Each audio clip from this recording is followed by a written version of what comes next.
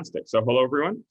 For those of you I haven't met before, my name is Carl Zimmerman. I'm a research scientist here at Reseau UBC, and I'm also a PhD candidate in UBC Environmental Engineering, and so I'll also be the moderator for today. And it's my pleasure to welcome you to the latest session of the Reseau Open Circle webinar series. So the Open Circle is designed to allow all the partners and contributors to rural innovation projects to develop broader and richer perspectives and new ideas, and provide feedback on emerging solutions to drinking water health, specifically for rural communities. Open Circle is not about promoting products or awarding winners, but it's to encourage refining the problem definitions and brainstorming how to help the water industry better serve rural communities. In today's session, it's actually a fantastic introduction to what is likely a new way of thinking for people, and it was new to myself when we first started talking to them. So I'm very excited to learn more about how we can bring art back into our very science-focused approaches to drinking water. The Open Circle discussions are held about monthly. I think it's been about 6 weeks since the last one. And each session will hope to last about an hour. So we'll start with about a 30-minute presentation, followed by another optional about 30 minutes of open or small group discussion. And thanks to today's presenters who have agreed to have this session recorded. It'll be available on the Reseau YouTube channel, which hopefully we'll post a link in the chat box here. But you can also find it by just searching Reseau CMI, Center for Mobilizing Innovation, Reseau CMI on YouTube. So during today's event, please try to stay muted, but feel free to send any of your questions throughout or comments to the chat box, and we'll get to those at the end of the session. All right, with that, today I have the pleasure of introducing the UBC Research-Based Theater Group, including George, Chris, and Tetsuro, to open the next Reseau Open Circle discussion. And now I'd like to invite Majid to introduce George and give a few opening words. Thanks, Carl. Good day, everyone. Well, as Carl mentioned, we are just here for the Open Circle, but just briefly, a few words about Reseau. Reseau's goals are to mobilize innovation in community health and drinking water quality by discarding conventional paradigms and embracing a culturally appropriate model that lies at the intersection of art, folklore, and engineering. And this session is exactly like that. So this involves capturing the stories and conversations, acknowledging history, and applying creative and practical approaches to innovation. Such innovative strategies are best developed collaboratively, relying on input from experts across the water sector. So as part of this circle or these series, we are here to share ideas and get feedback as much as possible. So it's really my great pleasure to invite my colleague and now good friend, George Belliveau, to be part of this. I met George first a few years ago as part of our Peter Wall Institute's Scholars Program, and found his work really captivating. He's a professor of theater and drama education at UBC, currently head of the department. His research has been published in various arts and theater education research journals and books. He's written 6 books, including the one called Contact, Unload, Military Veterans, Trauma, and Research-Based Theater. He's professionally trained actor and has participated in over 100 theater productions as an actor, director, and playwright. And we've had the pleasure of collaborating with George on a series called Treading Water in the past couple of years. So with this brief introduction, I'm going to pass this to George to introduce Chris and Tetsuro, and then take it over from there. Great. Thanks, Majid. And it's my pleasure to be collaborating with you. It's been a great 5 years since we've met to try to find ways to intersect the arts and science. And I think as a way of welcoming everyone here, that's going to be the goal here, is to have a conversation across disciplines, which I know a number of you probably have in different facets. I'd also maybe like to begin by acknowledging that I'm not on the UBC campus right now, but I do live in the Musqueam area, and that I wanted to acknowledge that I'm on unceded and ancestral and traditional territory. And so this session will be taking place, of course, wherever you are, and I hope you can acknowledge the land that you're on. As both Carl and Majid have said, UBC has what's called these clusters of excellence, and part of the excellence in them, I think, is about bridging conversations across disciplines. And so the research-based theater cluster is really made up of colleagues across the campus, from public health to engineering to social work to the Faculty of Arts, medicine. And so one of the projects that we have been engaging in, and I see Candace Cook is here, and I want to acknowledge Candace because she's been part of some of the development of this work very early on. And of course, we've had great supporters from both Keivan and Majid to make it happen. So the project that we've been working on over some years has just been trying to tell stories of water operators. And you're going to get a bit of a glimpse of this in a moment, where Tetsuro is going to interpret one of the roles. And Tetsuro is a PhD graduate of UBC and is a postdoc and a professional actor. And Chris Cook will also participate by playing one of the roles shortly. Chris Cook is a PhD student at UBC, and they are also a professional counselor and a professional artist as well. So Chris and Tetsuro will play two roles in a moment. The other thing I wanted to say about the research-based theater cluster is that we don't have content per se. We are a methodology. We partner with folks. And hopefully part of the reason we're here to share some of the work is that some of you may have ideas in terms of how your research or your data may be mobilized using an arts-based approach. And the arts-based approach is across the spectrum. It could be one monologue, it could be a scene, it could be a play, etc. And the whole goal of using theater is a way of engaging in discussions that might not otherwise happen. So the goal of research-based theater is to provoke, stimulate, and engage listeners in ways that potentially a PowerPoint or a conversation might not be able to do. We're going to do the best we can through Zoom. Zoom has its affordances, but also its challenges in terms of the subtleties of, with both Chris and Tetsuro, they would have body language that you would see the whole body enact. Here you will focus on their faces and expressions. The first scene that you're going to see lasts about 12 to 13 minutes. And it's a real introduction to what is research-based theater, because you have a researcher and you have an artist that interact in the conversation.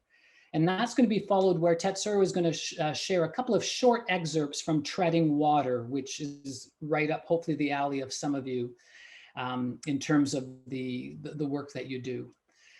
I'm going to begin and take, in terms of warming us up into the art form, I have a 45-second poem that defines what research-based theater is, because I suspect a number of you are still kind of wondering, what is research-based theater? And so hopefully by the end of the session, you'll have an understanding of what that is. So here's a 45 seconds poem on what is research-based theater. Research-based theater, 3 words, including a hyphen. So 2 words, research-based, meaning that it's based on a systematic, formal research project, and theater, using an embodied, aesthetic approach to share knowledge. Now, definitions can be limiting because to do their task, they define rather than open up. Research-based theater opens up possibilities. In the intersection of research and theater, new meanings emerge, new ways of understanding unfold. Embodying research awakens the senses. It forces us to see, to listen, and feel differently, dwell and consider more intimately and simultaneously more broadly. Dramatizing data translates and extends research. It uncovers and untangles, reveals and relishes, zooms and focuses, breathing life into research. Research-based theater, 3 words, no, 2 words, 2 worlds merging into one. So without further ado, we will move to what's called the research-based theater opening scene. And as I mentioned, it's going to last about 12 to 13 minutes. And it's a piece that was developed in a retreat with a number of artists there. And it'll be followed by a short scene from Treading Water, and then we're going to open it up to a discussion afterwards. So I'm going to leave it to Chris and Tetsuro, and if I missed anything, please jump in. Thank you so much, George. Now, because Chris and I are part-time actors, I emphasize the part-time, at this point, you'll forgive us if we invite you to change your view from the gallery mode to the speaker mode, because that's how much we love the spotlight. But it might be, you might get a little bit more out of the little play we're about to present. So once again, we invite you to move to speaker mode if you're so inclined. All right. And I'm going to read the part of Lee as well as some stage directions, which is just me saying what you would see on stage if we were doing this live. Lee is rehearsing an RBT monologue. I'm taking questions at the meeting. I'm taking questions at the community meeting, and this one person raises their hand. I'm taking questions at the community meeting, and this one lady sticks up her hand. Oh, and hey, sorry, am I interrupting? No, come on in. You're Lee, right? I really wanted to introduce myself. I heard you did some kind of play at the research symposium last week. Is that right? Oh, what did you hear? Well, everyone was raving about how Dr. Yamazaki's research, how important, how relevant, and how vital it is. It must have been quite a show you put on. Yes, well, I'm glad that Dr. Yamazaki's work is finally getting the attention it deserves. Well, I bet you must have got some serious funding to mount a whole show for her. I mean, it must have been impressive. Whenever my partner and I are in New York, we love catching a Broadway show. Hamilton, Phantom of the Opera. Oh, yeah. What we put on wasn't really a big theater play like that. We didn't have a stage, lighting, or costumes. No big musical numbers.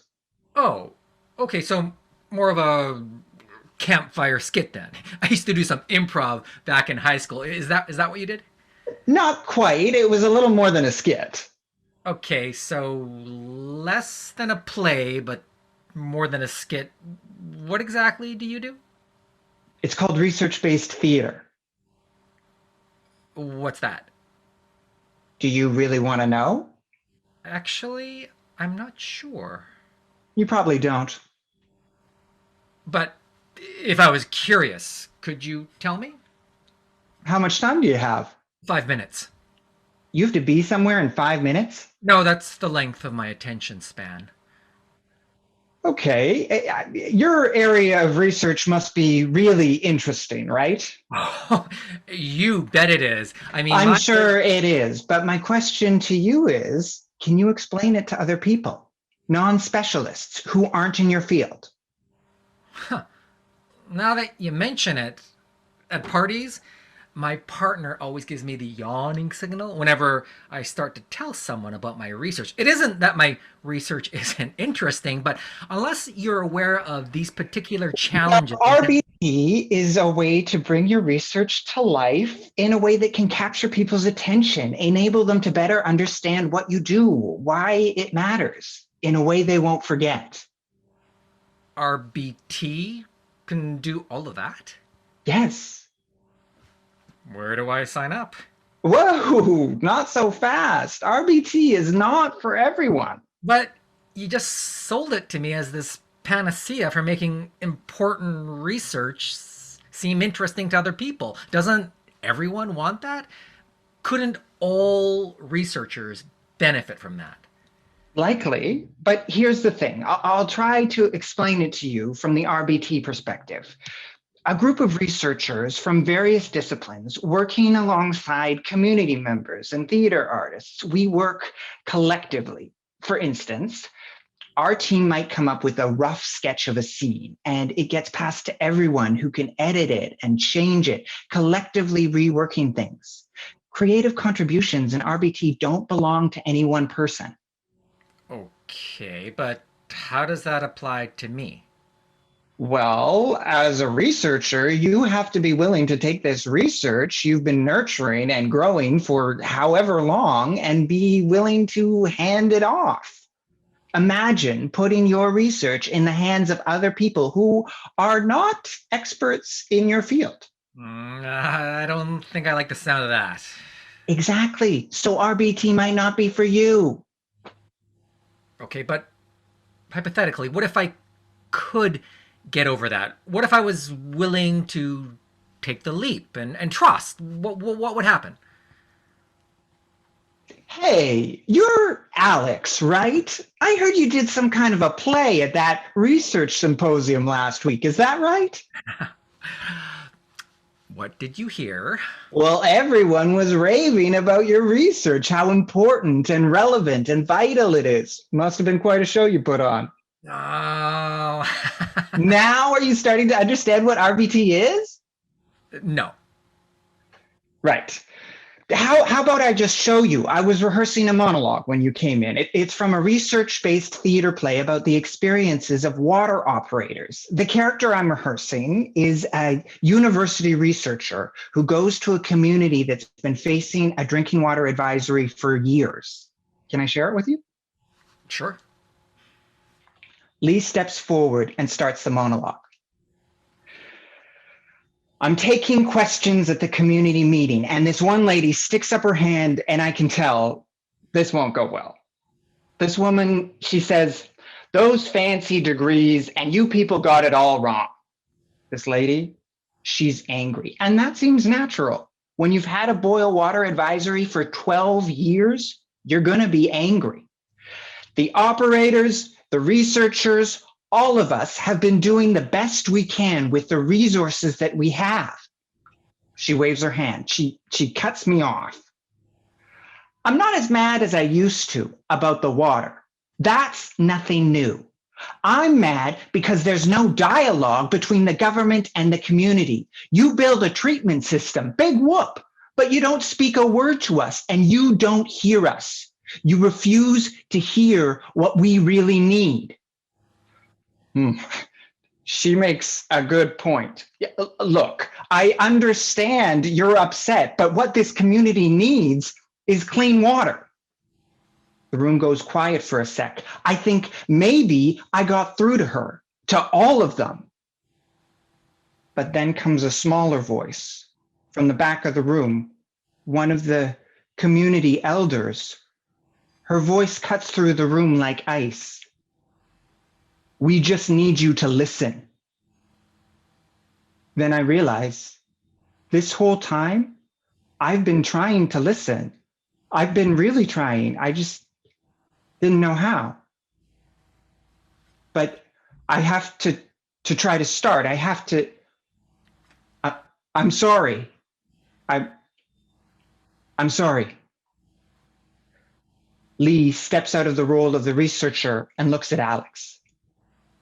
Okay, so we hear participants' voices. It's like interview transcripts, but on stage. Sometimes research-based theater sticks to the words of participants really closely. And sometimes the collaborators, researchers, artists, community members, work together to transform those words into a new form, one that gets right to the heart. Another example is a play about the lived experiences of veterans returning home after deployment. It starts with, well, actually, do you mind reading this one? Me? Sure. Okay. Lee hands Alex the script. Yeah, it just starts right here. What makes you think you would ever know? What makes you think you would ever know what it was like? You have no idea what it means to secure a perimeter or to be shot at. You want to know what it was actually like? Being shot at is a rush. When you're in a firefight, the enemy's right there, and you're giving a fire control order. Contact, rapid fire. Holy shit, rounds are coming down. Adrenaline's pumping. No time to think. No time to be terrified. It's awesome. I fucking loved it. I love being deployed. I love the adventure. When you're back home, there's nothing like it. I miss it. I know it's ridiculous to say, but I miss it. Alex hands the script back to Lee. That was great. You know, Alex, I think you've got a performer in you. This is really different, really new for me, but you know what? I think I'm beginning to get it. You're not a company trying to sell a product. You're more like an ad agency.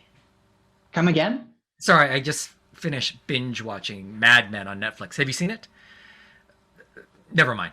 Well, the university or the community at large is kind of like the marketplace, and you got all these companies who have something to sell, something worth sharing, and you're the solution. You're the midwife who helps these groups get their message out there to a wider audience, because all these business executives, these researchers, you know, they're good at what they do, but they don't necessarily have creative ways to share it publicly. Am I right? Actually, that's pretty close. But I'd like to add that we're more of a boutique storytelling agency and that we're not interested in mass production. So we have to pick and choose who we work with carefully. Which is your way of saying you're still not sure if you want to work with me. No, it's my way of saying you should really consider if RBT is right for you, because as I said before, it's not for everyone. You know what I think?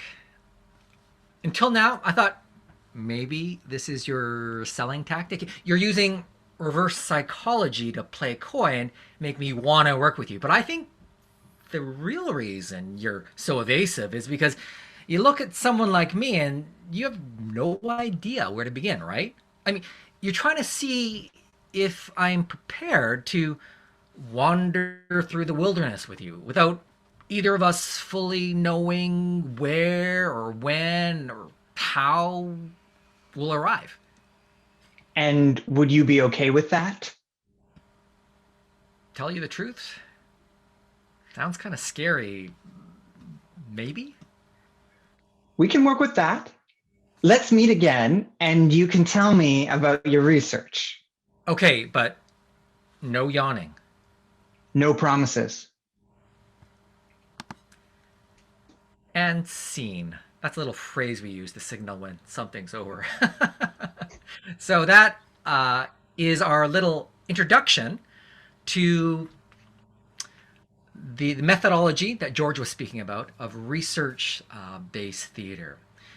Now we are going to dive into an actual scene from the play that we were alluding to. So once again, my name is Tetsuro, I'm an actor, and I will be playing the role of the water operator in this story called Treading Water, which is based on dozens of water operators in BC who work tirelessly to bring clean water to their communities. The key word here being tirelessly. The other character in this play, you'll see, or you know, we won't see, but is named Alex. And Chris was, in fact, rehearsing the monologues of Alex, just to make things a little bit more confusing or meta for you. So you won't be seeing Alex, but you'll be hearing about Alex. And if, as Chris mentioned, Alex is a researcher and a water systems engineer, in fact. And Alex has very good intentions, but they might be in over their head. So this is where we are in the story. Alex, the water systems engineer, the person from the university, has just invited my character to tonight's community meeting to talk about our water needs. And even though I am the community's water operator, it's such a thankless job. I opt to skip it. In fact, I tell Alex a wee bit of a white lie to get out of the community meeting, and Alex has this look of panic as if I'm abandoning him. He was hoping that I would have his back as he spoke to the community tonight. But I say, sorry, Alex, I got something I need to take care of. And this is where we begin. I'll just pause there just as you're getting ready, Tetsuro. And it'll just give you a minute to warm up. Sure. I just wanted to acknowledge before we begin this that some of you I know in the audience know Warren Brown quite well and Jim Brown. And so I just want to acknowledge that a lot of this work, and there was consent of developing this work. And Warren, with Candace Cook's help, reviewed some of the documents. So I just want to make sure that we're all on the same page, that before we actually even bring something this to life, we've had consent from the participants. So in some of the earlier versions of this, where Chris and I played the roles, Jim Brown or Warren Brown were actually present there as well. So so as Tetsuro steps into the role of this water operator from a small community, it has the blessing of our colleagues. All Yes. right. Sorry, Tetsuro, to No, thank you, cut George. off in mid-stride there. No, in fact, that is worth mentioning, that I'm very grateful that Warren Brown has given me permission expressly to play this role. And Warren's contribution to this story has been extremely valuable. So my name is Tetsuro, and I'm playing the water operator with Warren's permission. Thank you. I just begged off from Alex, and now you're hearing the real reason. I was actually headed to a job interview in another community, water operator for a district position, full-time, full benefits. What's your greatest strength? What's your biggest weakness? Where do you see yourself in 5 years? I'm running through these questions in my head, and I'm drawing blanks, and they're calling me in. I walk into this very clean, brand spanking new office building, and I start freaking out because I didn't print my resume. Are you supposed to bring a paper copy to an interview?